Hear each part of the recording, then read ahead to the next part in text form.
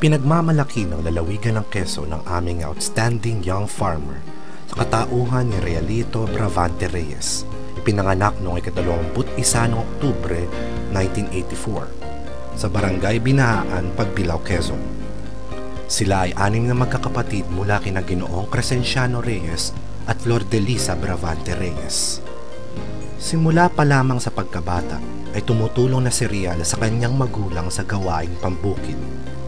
Sa pagkabata ay likas na mahiyain si Real. Dala marahil sa kakaunti lamang ang kanyang nakakasalamuha at nakikitang tao sa bukid.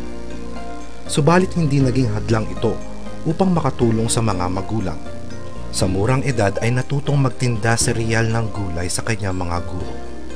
At dito nagsimula ang tiwala niya sa sarili.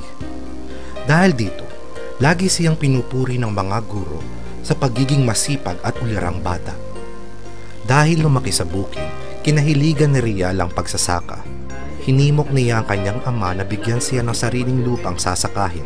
Sa katunayan po siya po ay may mga taniman tulad ng niyog, may sagingan, meron din po siyang gulayan at katulong po rin po siya sa pagkasagawa ng aming pagkakas. Ito ang kanyang nilinang at pinagyaman na siyang nakatulong upang matustusan ang kanyang pag-aaral. Nang siya ay sumali sa 4-H Club, lalong pinag-ibayo ni Real ang kanyang pagsisikap na mapaunlad ang kanyang sinasaka. Dito ay nabigyan siya ng pagkakataon na makadalo sa mga pagsasanay na may kinalaman sa agrikultura. Madalas din siyang kumukonsulta sa tanggapan ng pambayang agrikultor upang lalong bumilis ang pag-unlad ng kanyang bukirin. Sa tulong pa rin ng tanggapan ng Panlalawigang Agrikultor at Department of Agriculture, nagkaroon si Real ng tiwala sa sarili at natutong makihalubilo sa mga tao. Sa mga pagsasanay ay natutunan niya ang record keeping. Natuto siya kung papaano magtala ng mga gastos sa proyekto at magkano ang kinita mula sa puhunan nito. Siya ay dumalo ng leadership training, vegetable production, SLE at marami pang iba. Bukod sa pagsasaka ay nakabili si Real ng baka mula sa kinita niya sa pagtitinda ng gulay. Ito ay nadagdagan pa at malaki ang naitulong sa kanyang mga magulang. Sa tulong ng punong bayan ng Pagbilao, Quezon, nagkaroon siya ng bahay sa pamamagitan ng dispersal program. Dahil sa kanyang kasipagan, ay suportado siya ng lokal na pamahalaan ng bayan ng Pagbilao.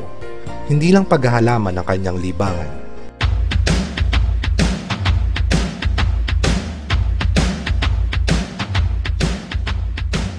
Naging sports-minded si Real sa larong boxing.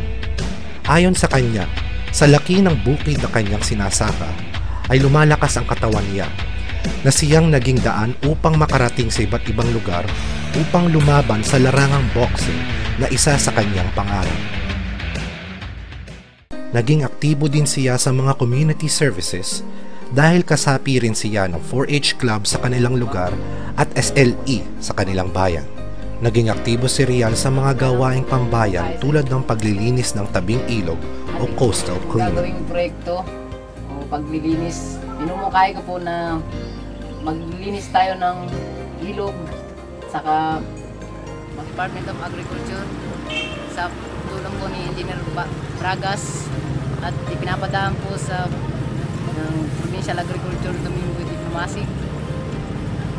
Isa rin po ako sa mga nakakatanggap ng proyekto na binaba mula sa provincial hanggang sa municipal tulad po ng cattle dispersal, goat dispersal, vegetable seedlings at nakakatanggap din po ako ng mga organikong pataba sa po ang commercial na fertilizer at marami pa pong iba. Sa ngayon ay patuloy ang kanyang gawaing bukid. At ayon sa kanya ay pangarap niya na magkaroon ng sariling lupa na kanyang pagyayamanin para sa kanyang pamilya. Nagpapasalamat siya sa pagsali sa 4-H Club dahil napakalaki ng naitulong nito upang umunlad ang kanilang buhay at personalidad. Isang kabataang masikap, masipag, responsable at naniniwala na ang kayamanan ay nasa pagbubungkal ng lupa. Mga katangiang naglagay ng daan upang si Real Reyes ay tanghaling outstanding young farmer ng lalawigan ng Quezon.